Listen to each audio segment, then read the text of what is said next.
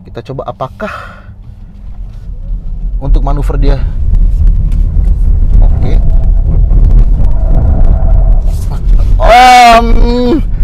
Limbungnya masih ada, cuma nggak terlalu oke lah untuk mobil.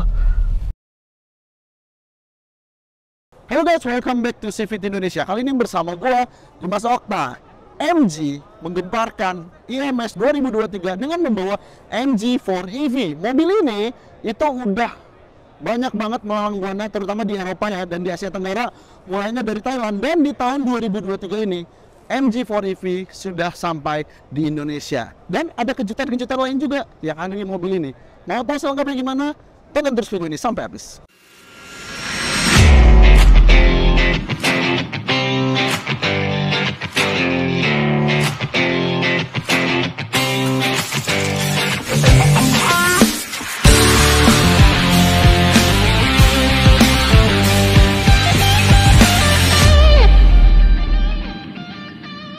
Mobil ini belum diumumin harganya sebenarnya sama MG Indonesia, karena dia baru bisa dipesan 100 unit aja selama periode IMS 2023. Tapi menurut MG sendiri, mobil ini sudah dipesan sebanyak 330-an unit.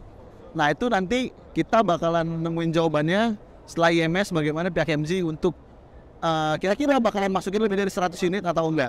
Nah, daripada kita ngomongin soal itu kan teknisnya, pemesanan segala macam, kita ngomongin dulu aja mobilnya ini gimana. Pertama, mulai dari range harganya ya. Kita belum dikasih tahu harganya berapa, tapi ya kalau misalnya kita perkirakan harganya mungkin sekitar 700 sampai 800 jutaan di Indonesia. Karena di Thailand mobil ini itu sebenarnya harganya cuma 460 jutaan. Nah, kalau kita ngomongin di Indonesia, mungkin kalau emang ini masuk dan akan dijual secara masif, itu bakalan ngeganggu pasarnya Ioniq 5. Ya, seenggaknya biar Ioniq nggak monopoli pasar lah. Jadi ada mobil listrik pesaingnya lagi. Dan juga ini desainnya lihat sangat-sangat striking ya, sporty. Mungkin beda dari mobil listrik yang sebelum-sebelumnya yang udah kita kenal, di mana nyari elegannya, di mana nyari luxurious ya. Kalau ini benar-benar sporty, semuanya bentuknya tajam-tajam. Nah, kita mulai dulu nih dari lampunya. DRL nih ya, dia tuh DRL tuh seperti floating gitu loh. Dan dia sudah LED, lampu sudah tentu dia reflektor ya, reflektor. Tapi kalau kita melihat dari jauh, seolah-olah ini mirip proyektor. Terus ke bawah sini, ini dia ada fake fan ya. Ini ada fake fan karena ya mobil listrik ya sebenarnya nggak butuh juga pendinginan ke dalam. Dan di sini dia ada, ini kalau kita ngiranya fog lights, ini bukan, ini cuma lampu sen aja, cuma memang agak mewah lampu sennya. Ini baru nih, di sini ada lubang udara. Ini fungsinya untuk mendinginkan baterai ya. Kemudian di sini dia sudah ada kamera 360, di spion juga ada. Dan overall desainnya depannya sini benar-benar sporty dan luar biasa striking. Kalau di jalanan ini pasti orang ngeliatin sih. Kita berbicara soal mobil listrik, power juga jadi hal yang utama ya. Nah, di balik kap mesin sini, bukan kap mesin sih ya, ini kap motor listrik. Dia menyimpan motor listrik ya, yang memiliki tenaga 168 horsepower dengan torsi 249 Nm dan menggunakan baterai dengan kapasitas 51 kWh. Ya, ini kalau di range ini adalah yang standar range. Dan yang impresif adalah akselerasinya. MG mengklaim 0 ke 100 km mobil ini itu dapat diraih dalam 7,7 detik. Itu angka yang sangat lumayan untuk mobil ini, kan bisa disebut mobil harian ya. Dan ada satu teknologi lagi yang belum pernah kita temukan sebelumnya di mobil listrik, di mana dia baterainya itu diklaim bisa expandable. Jadi kalau misalnya nanti di masa depan MG punya teknologi baterai yang lebih canggih lagi dan punya kapasitas yang lebih besar, mobil ini bisa diganti baterainya doang. Mungkin 10-20 tahun ke depan kita mungkin bisa beli baterai mobil mungkin ke toko-toko di Roxy ya, mungkin ya. Jadi itu baru ditemukan di MG4 EV. Jadi diklaimnya kita nggak usah ganti mobil, kalau ada baterai yang lebih canggih kita ganti baterainya aja. Cuma ngebukanya gimana, mungkin nggak mungkin pakai heat gun kayak apa, kan nggak mungkin ya. Di samping sini kita ngomongin dulu soal dimensinya. Dia dimensinya kalau memang nggak kelihatan terlalu gede, emang nyatanya juga nggak terlalu gede. Dia panjang itu cuma sekitar 4,28 meter, lebarnya sekitar 2 meter, dan tingginya 1,5 meter. Kalau dibandingin dengan Ioniq 5 lebih jauh lebih gede kemana-mana ya. Karena ini emang lebih compact. Nah kemudian kita ngomongin velgnya itu dia lubangnya itu semakin sedikit, jadi itu mengurangi koefisien drag dari mobil ini sendiri. Nah terus kemudian tadi juga udah dibilang ya, ada kamera 360, juga lampu sen LED di spionnya. Dan ini ya ada tarikan garis yang kami suka banget, jadi itu dari sini nih ditarik ini sejajar, dan ini ngilang di sini nih garisnya nih. Jadi gradasi itu kelihatan manis gitu lah ya. Di bagian belakang sini baru kelihatan desainnya lebih radikal lagi. Walaupun kalau dari samping kelihatan memang seperti Prius ya siluetnya, tapi di belakang sini kita mulai dulu nih dari atas ya. Lihat spoilernya, dia ada dua part yang terpisah gitu ya. Ini radikal banget, dan seolah-olah ini tuh ada lubangnya untuk mengalirkan udara gitu. Kayaknya ini mobil tuh streamline banget, walaupun memang tidak ada lubangnya sebenarnya gitu ya. Kemudian lampunya juga nih di sini dia menyatu ya di LED, dan di bagian atas ya dia ada ornamen-ornamennya lagi. Dan mungkin mobilnya ini kelihatan lebih cantik lagi. Nah terus nih ke bagian bawah ya, ini logo, kamera mundur, dan sensor parkir dia ada 4 titik. Kemudian di sini ada diffuser yang sangat besar, walaupun tidak ada knalpotnya, mungkin ini yang membantu dia bisa 7,7 detik. Nah sekarang kita lanjut ke bagian bagasinya. Ya, bagasinya dia nggak terlalu besar nih, mohon maaf nih kalau ada pohon ya mungkin. Ini bagasinya nggak terlalu besar, paling ya sekitar segede HRV ya, karena at the end of the day emang mobil ini juga lebih compact dibandingin, kalau kita bandingin sama Ioniq 5 dia lebih compact, jauh lebih compact. Kemudian di bawah sini dia ada tire repairment kit, dia nggak ada ban serep. Jadi ya kalau misalnya mau, emang mobil ini sih lebih cocok buat ngeceng, kalau buat bawa barang mungkin bisa mobil yang lain lah gitu, jangan yang ini ya. Dimana port chargingnya dia ada di sebelah kiri belakang, dia tinggal dipencet aja ya. Lihat dia port chargingnya bisa untuk yang konvensional, bisa juga untuk yang fast charging. Kalau misalnya pengen pakai charger portable yang which is bawaan dari mobilnya, itu kan sekitar 2,2 kW powernya, itu bisa mengecas mobil ini sekitar 22 sampai 24 jam 0 sampai 100%. Nah kalau misalnya pengen pakai wall charger nih, misalnya beli mobil ini sekalian wall charger yang ada di rumah, wall chargernya seperti ini dan ditaruh di rumah, ini bisa lebih cepat lagi. Dia 0 ke 100% dengan charger ini powernya sekitar 7,7 kW atau 7700 watt.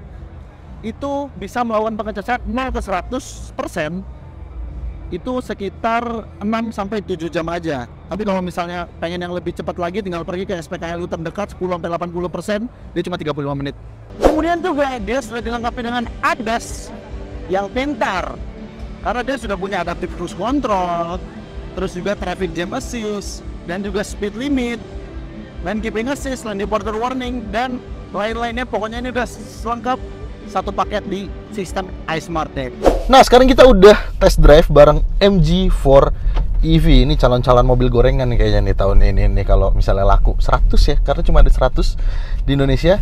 Ya pertama kali yang gue rasakan adalah materialnya dulu. Di sini kulit-kulitnya ya cukup oke lah, dia interiornya warnanya putih, dan juga setirnya juga ini kulitnya Nappa leather, jadi digenggam tuh terasa nyaman. Nah, ini sekarang kita ngetes bantingannya ya, ngelewatin speed bump ya. Dia karakter suspensinya agak stiff sebenarnya, nggak yang empuk-empuk banget, cuma nggak sampai yang gelodak-gelodak juga lah, masih oke. Dan memang karena ini adalah belok kanannya mana gitu. Oke. Dan oke lah untuk mobil seukuran ini dengan bantingan suspensi yang seperti itu, dan rasa bantingan itu bukan budget suspension ya, jadi kerasa kayak suspensi yang mahal gitu, kelasnya kayak mobil-mobil Eropa refine gitu. Nah kemudian kita ngomongin di dalam lagi nih, dia layarnya, panel instrumennya itu, ini kita ngomongin sambil goyang-goyang. Ini kita ngomongin panel instrumennya, dia panel instrumennya itu dia nggak 16/9 ya, biasanya kan rata-rata mobil sekarang 16/9, dia tuh kayaknya bukan resolusinya apa, aspek rasionya tuh 3:2, dan dia kecil banget layarnya kalau kita bandingkan dengan ukuran mobil dan juga ukuran setirnya. Ini rasa suspensinya lagi ya, itu dia kecil banget, dan memang dia nggak terlalu smooth sih untuk MID-nya gitu ya, cuma masih oke lah kalau dibandingin sama MG HS gitu ya, ini masih oke. dan tampilannya sederhana banget. Nah, terus kemudian di sini dia ada head unit yang kita bisa ngatur semuanya dari sini, kontrol panel semua di sini. Tapi untungnya masih ada tombol-tombol fisik ya untuk on off AC-nya, home, hazard segala macam. Volume juga masih fisik. Cuma ya gitulah ya. Jadi banyak inian apa namanya? Jadi banyak yang dipindahin ke sini sekarang jadi nggak nyaman gitu. Terus kita ngomongin ke bawahnya lagi. Dia di bawahnya ada wireless charger, jadi aman-aman aja kalau misalnya HP kalian udah punya fitur wireless charger, bisa ditaruh di sini dan pengecasan. Android Auto, Apple CarPlay juga udah ada ya. Jadi konektivitas aman-aman aja gitu. Nah, sekarang kita mau ngetes akselerasi nih. Dia kan torsinya nggak terlalu besar sih ya, 249 Nm dengan tenaganya sekitar 160-an HP. Kita akan coba akselerasi rasanya seperti apa. Apakah akan segalak mobil listrik lainnya? Oke, dia smooth sih. Aliran tenaganya itu nggak yang eksplosif banget. Pengendalian nanti kita akan coba ketika ditikung. Kemudian untuk penyimpanan ya, di sini banyak banget penyimpanannya. Selain tadi ada wireless charger, terus di sini ada cup holder ya, ada cup holder. Di sini juga ada penyimpanan yang bisa dibuka tutup. Buka tutupnya juga kerasnya mewah nih. Dan dia dilapis-lapis karet, jadi nggak gelotak-gelotak gitu ya. Terus di samping sini juga ada side door pocket yang cukup besar. Ini bisa naruh botol dan juga mungkin naruh kepercayaan di sini bisa mungkin ya kan.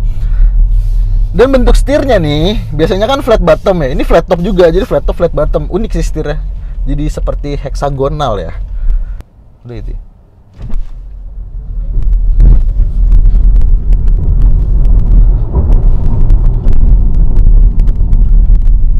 Dan yang unik di mobil ini adalah, mungkin kita udah pernah nemuin ya, seperti di Wuling REV yang dia nyalain nggak perlu pencet start stop button, tinggal masuk nyalain aja. Nah, tapi kalau di sini matiinnya itu secara elektronik juga, jadi seperti HP. Jadi ada di infotainment ini, dia ada ketika kita slide ke bawah, dia ada menu power off. Cuma tolong jangan dimatikan saat sedang berjalan gitu ya. Bisa nggak? Mungkin nggak bisa, nggak bisa ini ya. Mati ya dia tombol powernya. Jadi kalau udah berhenti mau matiin, tinggal dari layar aja. Ya emang sih sebenarnya secara theoretical itu memang praktis, cuma kalau kami personally lebih suka tombol fisik. Untuk dial transmisi ya, ini dia di sebelah sini. Sebenarnya agak jauh sih dari tangan kita. Mungkin kalau yang tangannya pendek harus agak maju sedikit, tapi dia putar-putaran kayak gini. Ya mirip-mirip seperti di mobil-mobil listrik yang lainnya ya. Di Wuling juga sama nih, seperti ini mirip gitu. Dan juga sudah tentu ada electronic parking brake. Dan di sini ada satu hal yang bikin kita selalu ingat kalau ini adalah mobil listrik. Jadi kita nggak lupa. Mungkin takutnya isi bensin, mungkin kalau orang minjem gitu ya, diingetin di sini ada MG Electric gitu. Jadi kan biasanya ada tuh Tesla yang masuk ke pom bensin gitu kan. Niatnya sih mau ngelawak walaupun nggak lucu gitu ya. Jadi ini kalau misalnya masih ada yang seperti itu, tolong diperingatkan ya teman-teman. Oke, sekarang kita udah ada di tempat bermanuver. Kita akan coba bagaimana rasa manuvernya. Kita antri dulu ya. Ada yang mau masuk dulu. Kan tadi udah gue bilang kalau suspensi ini cukup stiff ya. Kita coba apakah untuk manuver dia. Oke.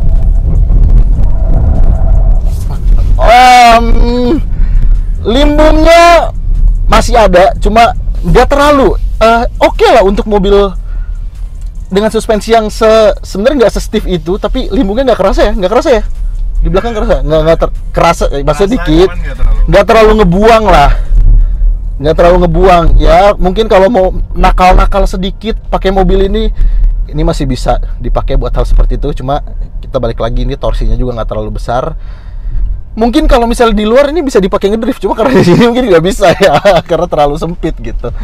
Well, overall untuk harga, kalau misalnya nantinya dijual 700-800 juta ya ini ya oke aja lah levelnya. Ya kalau gitu sekian dulu video kita kali ini tentang MG4 EV. Menurut kalian gimana? Ini mobil worth it nggak? Kalau misalnya kita bandingin sama mobil listrik yang ada gitu. Yang paling deket deh, Ioniq 5. Kira-kira bagusan yang mana? Coba tulis pendapat kalian di kolom komentar di bawah. Dan jangan lupa juga kalau kalian mau beli mobil MG ataupun mobil yang lainnya, langsung aja beli lewat website cvtindonesia.co.id dan dapatkan promo-promo terbaiknya. Jangan lupa juga like video ini, subscribe channel CVT Indonesia. Follow juga Instagram kita di cvt.indonesia biar tahu update terbaru dari kegiatan CVT Indonesia. Kalau gitu gue Dimas Okta pamit, sampai jumpa di video selanjutnya. Oke. Sangat